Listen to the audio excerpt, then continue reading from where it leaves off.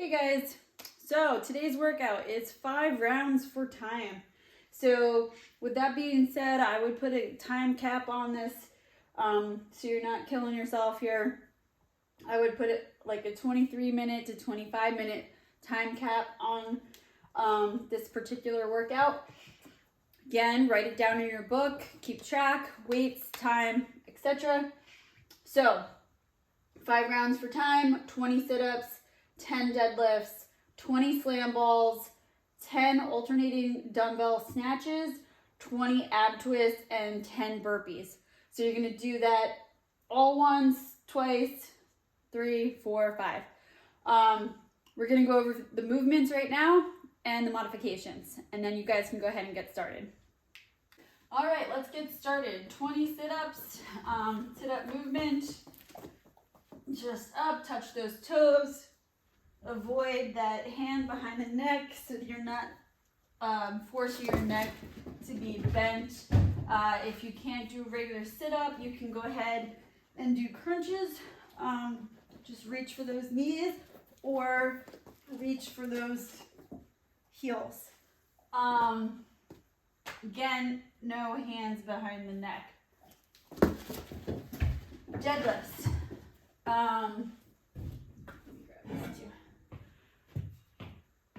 Deadlift, set up at the bar. You want your feet to be a little, like about hip width apart. Toes can be slightly outward. When I work out, she likes to work out too. You're gonna set up the bar. You should set your hands about thumb width away from the smooth part. So here is the smooth part, here's knurling. Measure that thumb from that smooth part, and that should be about where you should place your hands. So you can grip the bar like this, or you can do a reverse grip and have one hand the other way. Depending on how heavy you're going to go, I would suggest this grip more. It prevents the bar from rolling out of your hands. Yes. Can you go away? So we're gonna set up at the bar. You're gonna come down slightly. Those knees should be slightly bent. Your knees should be back. They shouldn't be over the bar. That provides a nice straight path for the bar to go. You want that bar to stay close. It should be essentially touching you all the way up. If it's not, bring that bar closer to you. Your chest should be up. And when you come and bring the bar down, your butt should always be above your knee. So you should never be down here. Your butt should always be above that knee. So you're gonna, let me show, set up at the bar. That chest should be up. Those shoulders should be back. And then you're just gonna bring the bar up, stand up, back. And as you come down, you are coming down slightly, you're bringing that butt back, and then as you pass those knees, that's when you do a slight bend. So let me show you the other way.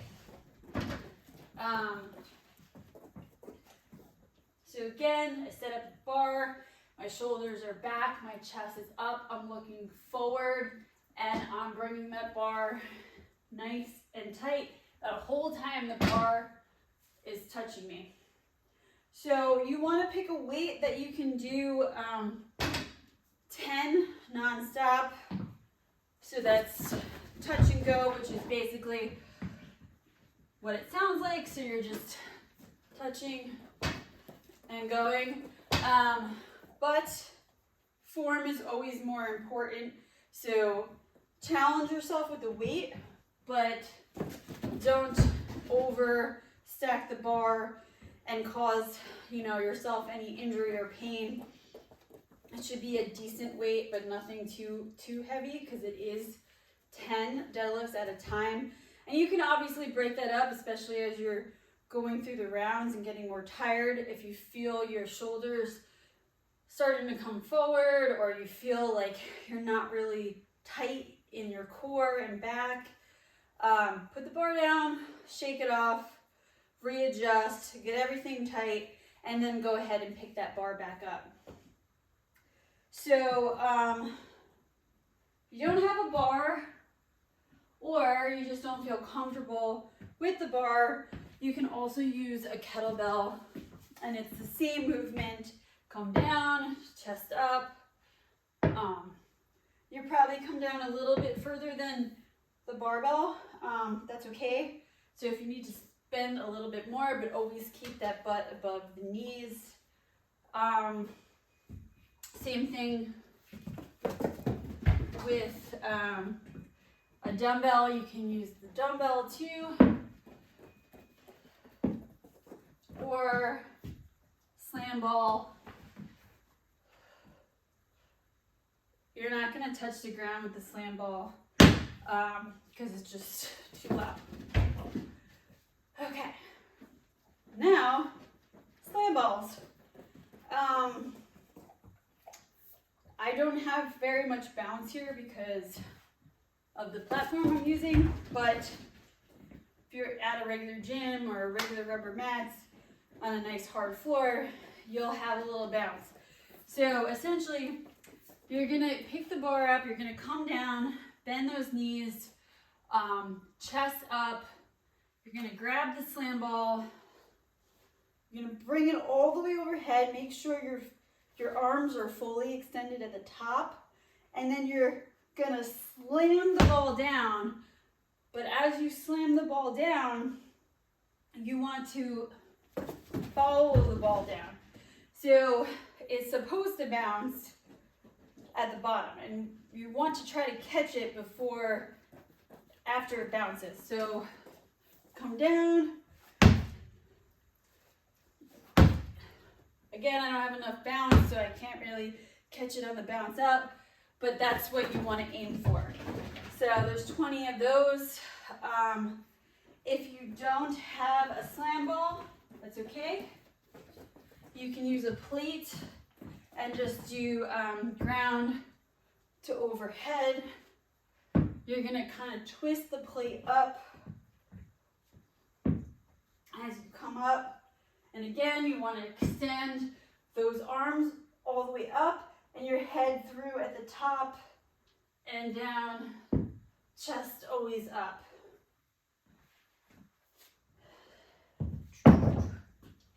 Yes, yes, yes. Next is going to be alternating dumbbell snatches. Again, pick the weight that you feel comfortable with. The movement is coming up. You want, when you grab the dumbbell, you want to make sure that you're bringing that elbow out and wide, which always sounds kind of weird because we're always saying keep everything close. You are keeping the dumbbell close.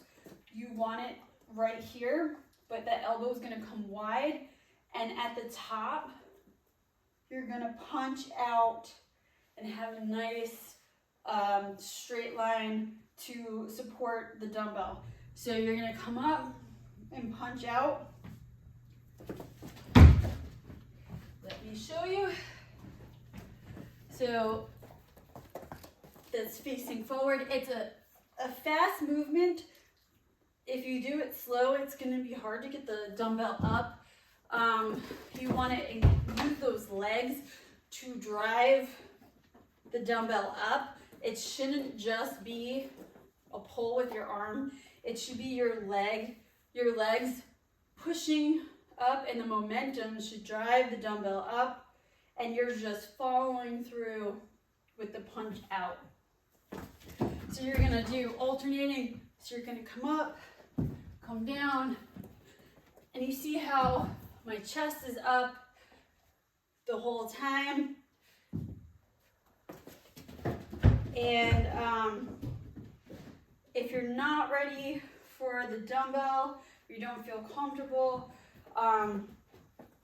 well, you can just do a press at the top here. Again, you can do different weights, but you can do a push press where you're coming down at this like quarter squat. Your knees are out, not forward, so you're keeping your body nice and straight. and you're gonna push up with those legs, just like I said with the snatch, and drive that dumbbell up. And you can do 5 on each arm.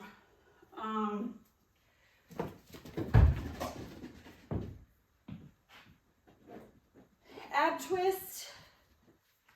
So we have some different choices here. So again, we want butt only to be touching the ground. You want to be leaning slightly back. You want to feel those abs engaged as you're just sitting here. You can have a dog underneath your feet to make sure they don't touch the ground. You're so silly.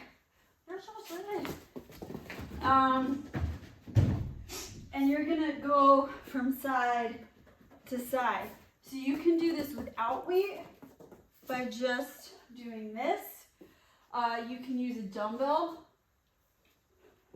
You're gonna keep whatever weight you're using close to that body. And you're gonna go back and forth, touch the ground. You can use the slam ball.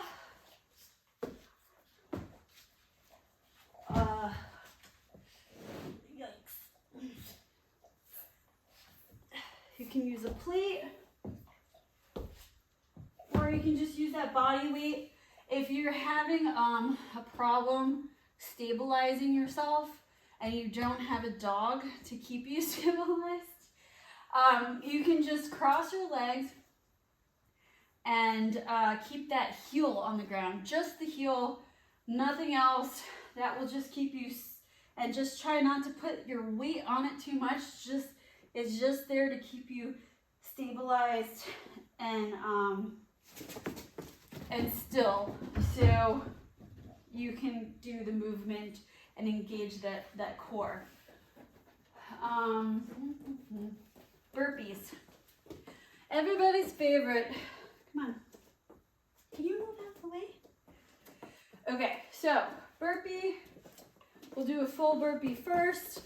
You're gonna come down, touch the ground, come up, jump, and that's a regular burpee. If you can't do the push-up at the bottom, can you move? Oh, let me throw it. Let me throw it. You can just come down and do an up-down, where you're just putting those feet out and coming up. And that is the movement. So, good luck, guys, and get a good workout in.